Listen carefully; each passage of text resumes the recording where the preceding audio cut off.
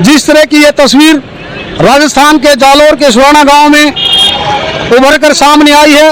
एक तीसरी कक्षा में पढ़ने वाला बच्चा इंद्र कुमार मेघवाल वो स्कूल के मटके से पानी पीने के लिए मटके को हाथ लगा देता है। इस देश में आज भी 75 साल के बाद एक पानी पीने का अधिकार नहीं है। दलित समाज के लोगों को घोड़ी पर चढ़ने का, कसूड़े फिरने का अधिकार नहीं है, अच्छे कपड़े पहनने का अधिकार नहीं है। आगे के लिए वो स्वर्णों ने अपनी स्वार्थ पूर्ति के लिए दिया हुआ है ताकि असली अम्बेडकर वादी इस देश पर सत्ता में शामिल नहीं होंगे। सम्मानित नागरिकगण, आप सबको मेरा सादर नमस्कार। सिटीजन मोर्चा न्यूज नेटवर्क में आज हम जींद के ऐतिहासिक स्थल बाबा साहब डॉक्टर BR अम्बेडकर जी की प्रतिमा के पास पहुंचे हैं। यहाँ काफ़ी संख्या में लोग साथ में टेंट लगाकर धरना प्रदर्शन कर रहे हैं। क्या है मुद्दा, इनसे भी बात करेंगे, लेकिन फौरी तौर पर मैं आपको जानकारी दे दूं कि जिस तरह की पिछले कई दिनों से मीडिया में खबरें आ रही हैं, राजस्थान के जालोर के सुराना गांव में एक 9 वर्षीय बच्चे इंद्र मेघवाल की कहते हैं आरोप है कि उस छोटे से बच्चे ने अध्यापक की मटकी से पानी पी लिया और आरोप है कि अध्यापक ने उसकी ऐसी पिटाई की कि उस पिटाई के चलते बाद में इलाज के दौरान उस मासूम की मौत हो गई। आज़ादी के 75 वर्ष पूरे होने के बाद जिस तरह की ये तस्वीर राजस्थान के जालोर के सुराना गांव में उभर कर सामने आई है, इस तस्वीर ने देश की आज़ादी के मायने को बदल कर रख दिया है। आज पूरे देश में इस घटना को लेकर बवाल मचा हुआ है। राजस्थान सरकार के मंत्री और विधायक भी इस मुद्दे को लेकर अपनी सरकार को घेरे हुए हैं। इन्हीं सब बातों को लेकर आज जींद के इस रानी तालाब पर डॉक्टर BR अम्बेडकर स्थल पर लोग धरना दे रहे हैं। इनकी मांग है कि इंद्र मेघवाल के हत्यारों को सजा दी जाए। आइए इनसे बात करते हैं, आज क्यों ये धरने पर बैठे हुए हैं और किस तरह की इनकी मांग है। हमारे साथ जुड़े हैं कमल चौहान जी। आइए कमल जी, आपका स्वागत है जी। कमल जी, क्यों आप लोगों को आज धरना प्रदर्शन करना पड़ रहा है, बताइए क्या है पूरा मामला। दलेर जी,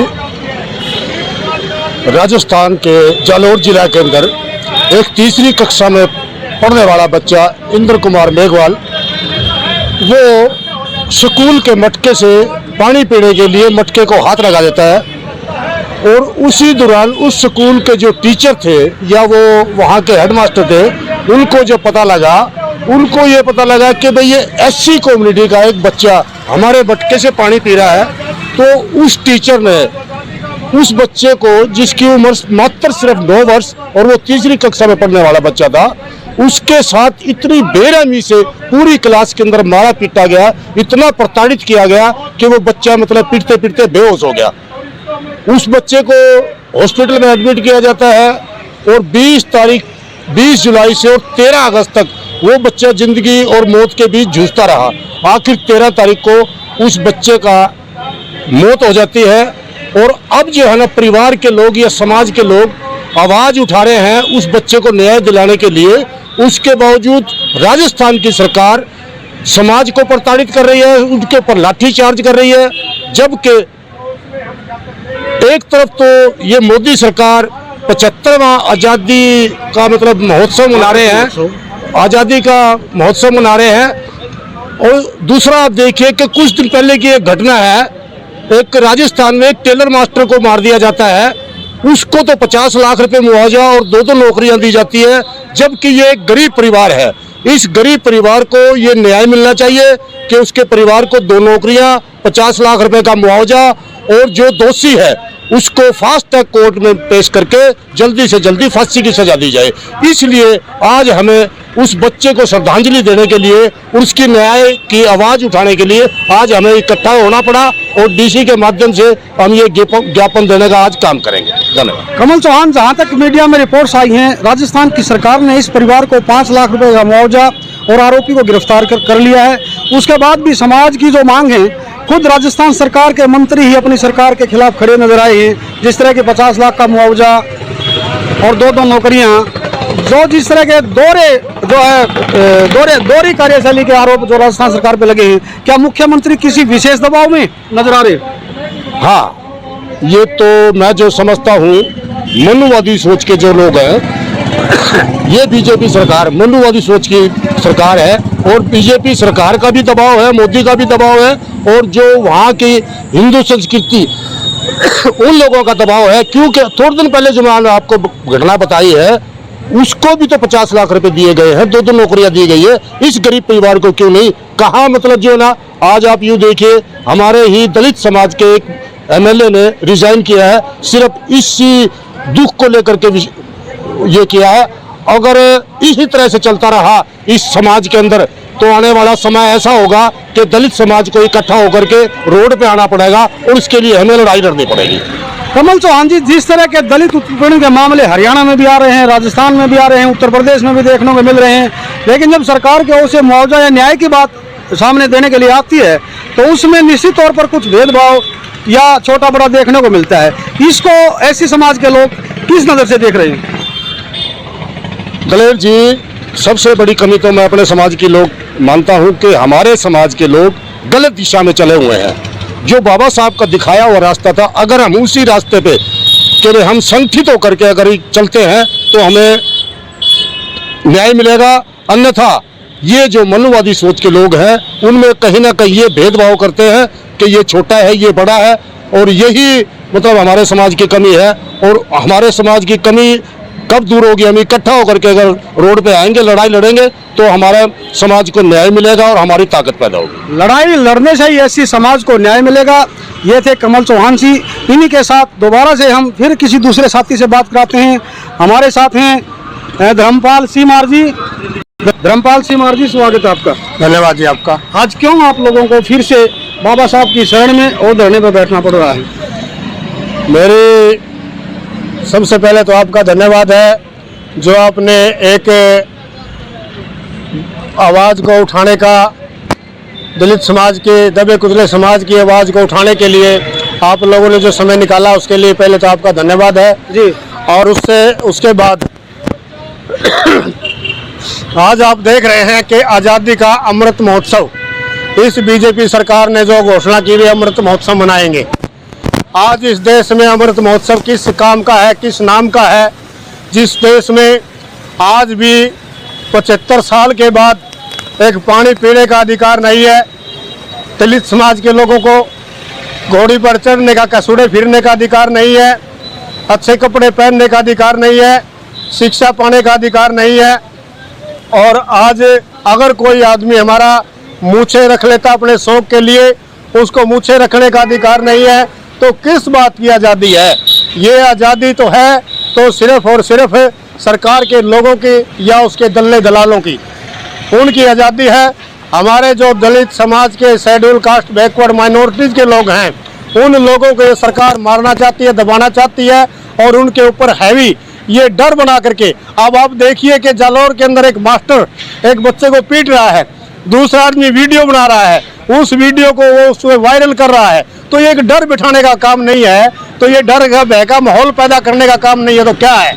और उसके बावजूद भी वहाँ की पुलिस प्रशासन उस परिवार के ऊपर दबाव बना रही है कि समझौता करो। FIR की कॉपी आज तक परिवार को अभी तक नहीं दी, अभी तक उसको कॉपी नहीं दी, जो धाराएं लगनी चाहिए वो नहीं लगाई। तो इसलिए आज पूरे देश में जब एक मटका, एक गाने की एक लाइन है वो याद आती है, ऐ मेरे वतन के लोगों जरा आंख में भर लो पानी, जिसने पिया वो मौत के घाट उतारा गया, जिसने पिया गढ़ेगा पानी। ये लाइन यहाँ पर फिट होती है, जो उसने लता मंगेशकर ने गाया था वो नहीं। अब मैं ये कहूँगा, ऐ मेरे वतन के लोगों जरा आंख में भर लो पानी, मौत मिली है उसको जिसने पिया गढ़ेगा पानी। तो इसलिए हमारे को पानी पीने पर भी जब मार दिया जाता है तो किस बात की आज़ादी है? तो इसलिए आज कल पुलिस ने वहाँ पर उस परिवार के साथ मारपीट की, ज़बरदस्त मारपीट की, और वहाँ की औरतों को नंगा कर करके कल पीटा है, ज़बरदस्ती पुलिस ने संस्कार कराया है। और आज वहाँ पर उदयपुर से, पाली से, सिरोही से, बारा से, बंका से वहाँ पर कहीं से 100 गाड़ियाँ, कहीं से 200 गाड़ियाँ, कहीं से 300 गाड़ियाँ। वहाँ के एक एमएलए और 2-3-4 जो जिला परिषद के लोग हैं, उन लोगों से मेरा लगातार संपर्क है। और आज जो भी रात को शाम तक जो भी अपडेट होगी, अगर हरियाणा से 100 गाड़ी 200 गाड़ी जो भी हमारे ज़िला से जितनी भी वो अगर ड्यूटी लगाएंगे तो हम वहाँ लेकर के जाएंगे। और जब तक उस दोषी को मतलब कि सज़ा नहीं मिलती और परिवार को न्याय नहीं मिलता, हम इस मुहिम में लगे रहेंगे। और आपसे हमारा निवेदन है कि आप इस गरीब समाज की आवाज़ को बुलंद कीजिए।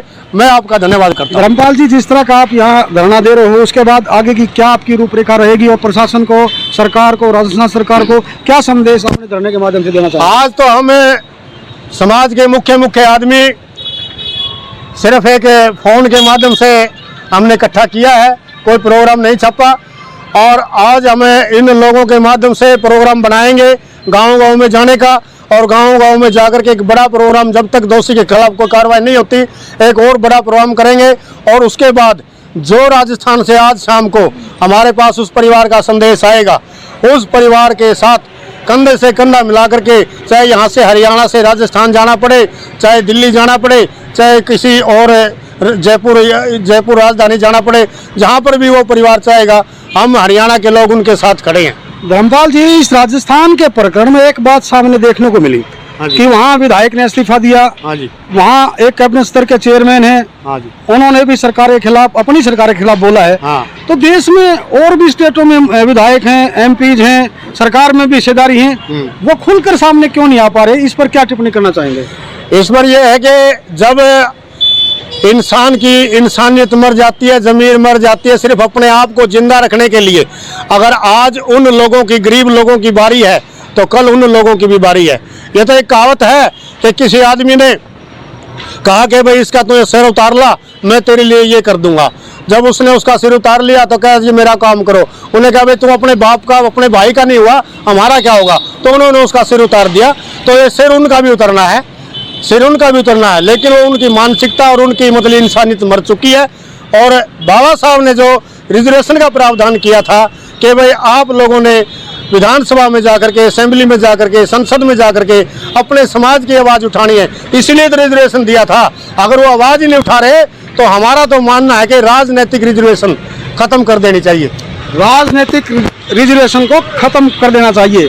ये कोई मांग नहीं है, बल्कि अंदर से फूटा दर्द है।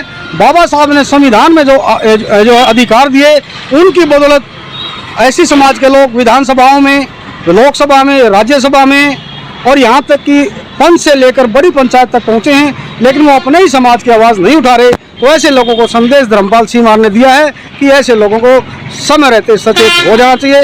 इसी के साथ हम किसी दूसरे साथी से इस संदर्भ में बात करते हैं। आइए आगे बढ़ते हैं। इसी कड़ी में हमारे साथ जुड़े हैं भिखू कांसी रतन जी। आइए उनसे पूछते हैं इस मामले को लेकर उनकी क्या प्रतिक्रिया है। भिखू कांसी रतन जी, स्वागत है आपका। प्रबुद्ध जनसमूह आज पूरे भारत देश में जो त्राही त्राही मची हुई है, इस त्राही त्राही को रोकने के लिए आज इंद्र कुमार मेघवाल की श्रद्धांजलि सभा में जींद शहर से प्रबुद्ध साथी आए हैं। और जब किसी की श्रद्धांजलि सभा होती है, उसके अंदर प्रबुद्ध साथी आकर के आगे के लिए ऐसी कोई व्यवस्था ना हो, आगे के लिए ऐसी कोई पीड़ादायक घटना ना हो, उसके लिए मंथन मनन चिंतन किया जाता है और आगे ऐसी ऐसी घटना को रोकने का प्रयास किया जाता है। आज हम पूरे जींद के क्षेत्र से जो भी ये साथी आए हैं, ये हमारी बहनें आई हैं, ये आज उन घटनाओं को रोकने आई हैं। जब एक छोटा वृत्तांत मेरा रामायण का समय का याद आता है। जब रामायण को देखते हैं, किसी पंडे का लड़का गुजर जाता है तो उसके बदले में शंभुक ऋषि की गर्दन काट दी जाती है।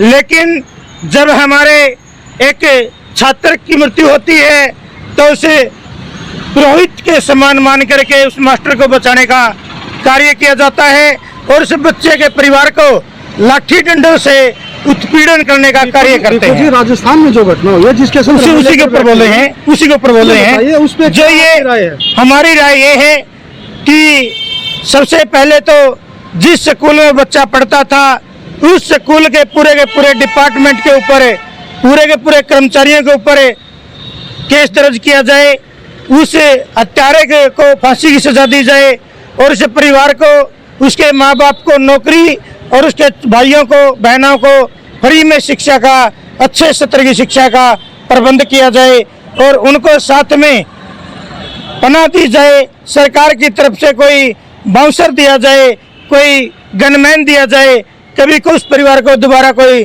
प्रताड़ित ना करे।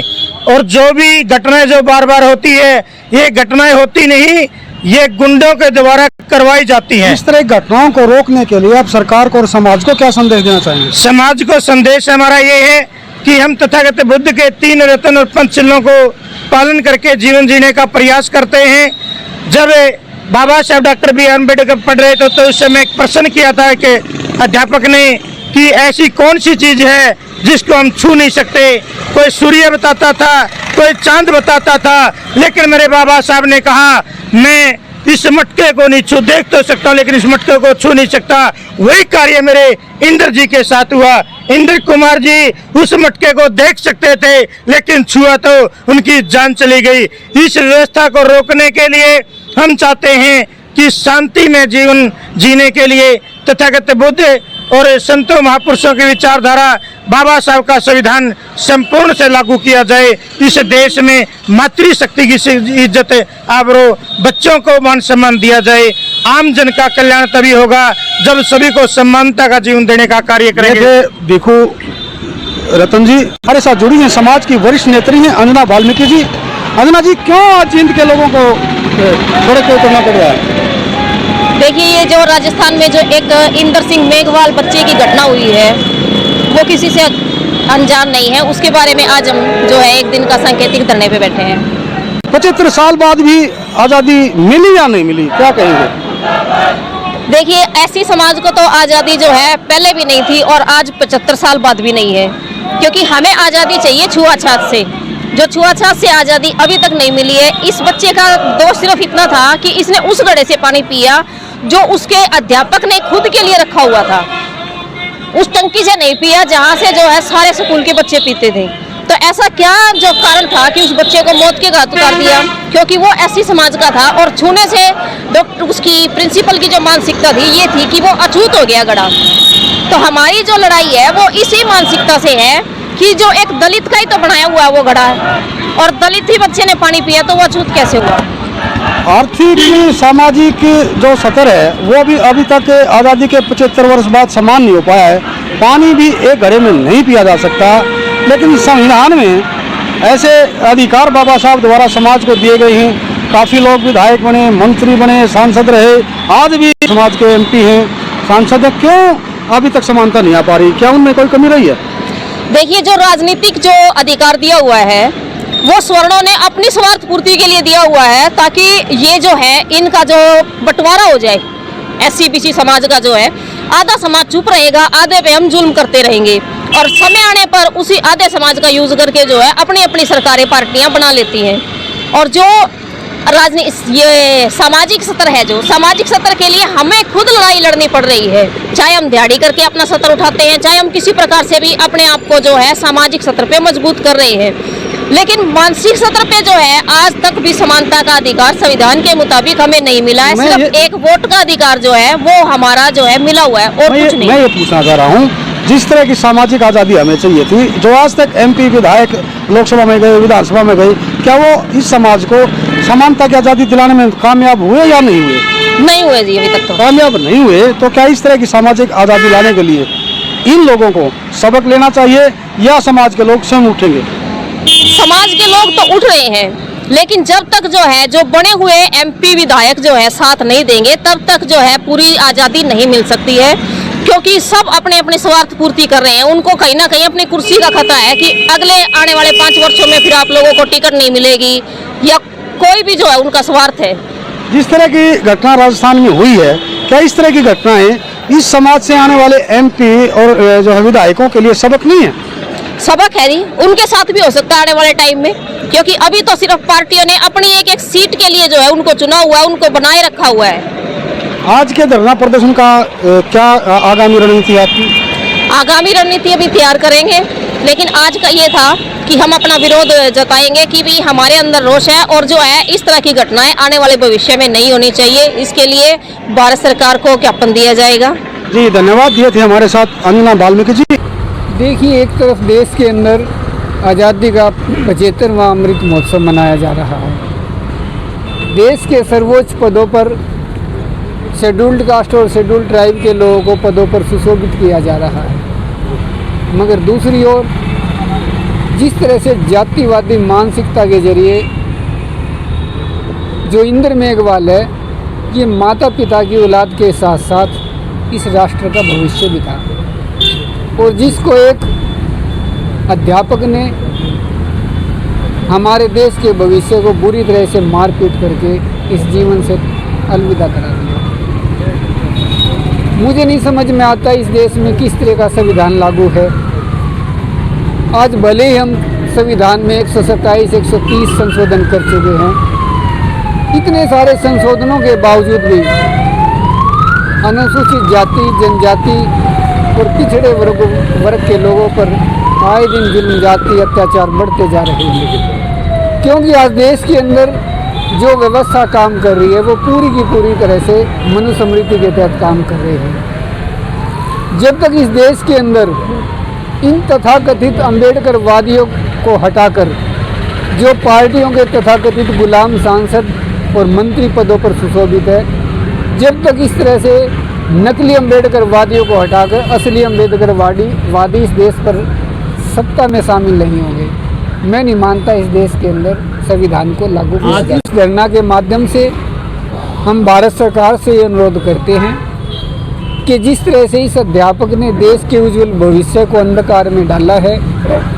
उस अध्यापक के साथ 302 का मामला तो दर्ज होगा ही होगा। इस केस को सामान्य कोर्ट में ना लगाकर फास्ट ट्रैक कोर्ट में इस केस को चलाया जाए और इस अध्यापक को फांसी की सज़ा दी जाए। मगर जिस तरीके से इस अध्यापक ने देश के भविष्य को उजाड़ा है, हम इस क्षतिपूर्ति को कभी भी पूरा नहीं कर सकते, मगर परिवार को क्षतिपूर्ति के माध्यम से ही कहूँगा मैं 1 करोड़ रुपए आर्थिक सहायता और परिवार के किसी भी बालिग सदस्य को उसकी शिक्षा के हिसाब से एम्प्लॉयमेंट दी जानी चाहिए। यदि केंद्र सरकार ने ऐसा नहीं किया तो हम राष्ट्रीय मानव विकास के दल आंदोलन करने के लिए बाध्य रहेंगे। हम आंदोलन करने से पीछे नहीं हटेंगे।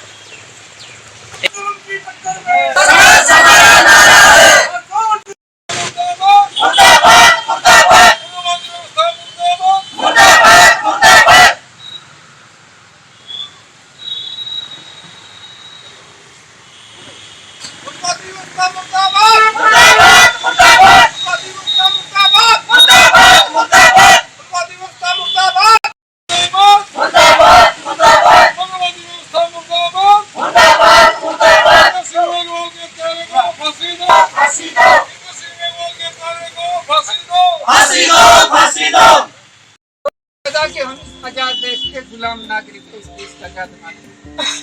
यदि आज भी हमारे साथ गुलामों का सलूक किया जाता है तो महामहिम राष्ट्रपति महोदय के माध्यम से ये डिमांड करना चाहते हैं, जिस बात को बाबा साहब अपने जीवन काल में पूरा नहीं करा पाए, हम उस बात को फिर से जिंदा करके हमारे को अलग मुल्क दिया जाए। हम इस गुलाम मुल्क के नागरिक, इस आजाद मुल्क के गुलाम नागरिक नहीं बनना चाहिए। हमें ऐसे देश की व्यवस्था चाहिए जहाँ हम आजाद, हमें ऐसा देश चाहिए जहाँ हमारे बच्चों को कहीं भी पानी पीने का अधिकार है। हमें ऐसा देश चाहिए जिस देश के अंदर हमारे बच्चे आगे बढ़े। हमें ऐसा देश चाहिए जहाँ हमारी नौकरियों की भागीदारी बराबर है। हमें ऐसा देश चाहिए जहाँ हमारे समाज के लोग हम ऐसे गुलाम देश में, हम ऐसे आजाद मुल्क के गुलाम नागरिक बने हुए नहीं रहना चाहते। हमें आजाद मुल्क चाहिए और ये आदिवासी जो हमारे हो कि ये व्यवस्था 100वें साल जब आज़ादी का पूरा होगा तब होगी, 99 में पूरी होगी, 98 में पूरी होगी। इन देश में संविधान लागू है मगर संविधान किसी को हत्या करने की इजाजत नहीं देती। अगर ये हत्या किसी मुस्लिम ने करी तो सारे हिंदूवादी संगठन हमारे साथ खड़े हुए, मगर ये हत्या किसी ने करी है। और आज जब भी हिंदू ने की है तो हमारे को दलित के नाम पे अलग कैटेगराइज कर दिया। आखिर इस देश में कब तक इस देश के अंदर जी ये तो इनकी ड्यूटी है, वो पूरी करेंगे। क्या बात हो, एक तो ऊपर भी